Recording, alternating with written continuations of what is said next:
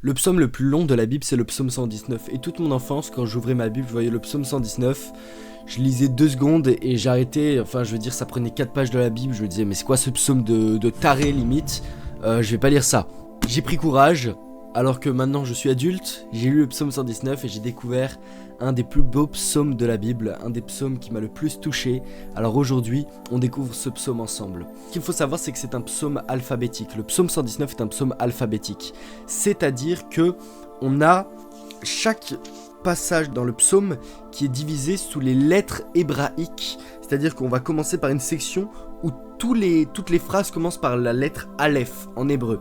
Ensuite, on sera avec Bet, ensuite Gimel, Dalet, E, Vav, Zain. C'est-à-dire que c'est alphabétique, c'est extrêmement bien pensé, ça doit être extrêmement dur à faire.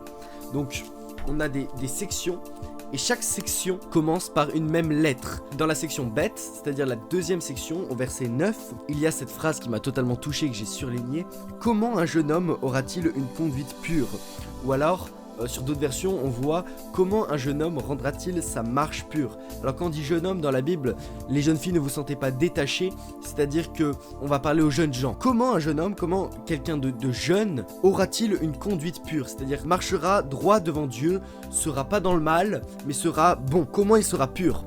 Et là, le psalmiste répond directement, c'est en prenant garde selon ta parole. C'est en lisant la parole, c'est en recevant la parole, qui est également Jésus. La parole de Dieu, c'est Jésus, Jean 1, et la parole s'est faite chair, elle a habité parmi nous, pleine de grâce et de vérité. La parole, c'est Jésus. Et le psaume 119, au verset 9, nous dit, c'est en prenant garde selon ta parole. C'est-à-dire, quand on prend garde, c'est quand, par exemple, je vais voir un signe interdit, ou un signe attention, il y a des chevaux qui peuvent traverser, des cerfs qui peuvent traverser.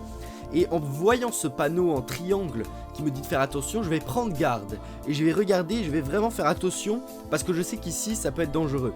Et on nous dit là de ne pas regarder au panneau de signalisation ou de ne pas regarder dans le texte du code civil de la loi pour avoir une conduite pure. On nous demande de prendre garde selon la parole de Dieu, qui est la Bible, mais qui est également Jésus-Christ. Et les paroles de Jésus-Christ qui sont dites dans Matthieu, Marc, Luc, Jean. Donc comment avoir une conduite pure? Comment ne pas être détourné? C'est en prenant garde, c'est en étant averti grâce à la parole de Dieu.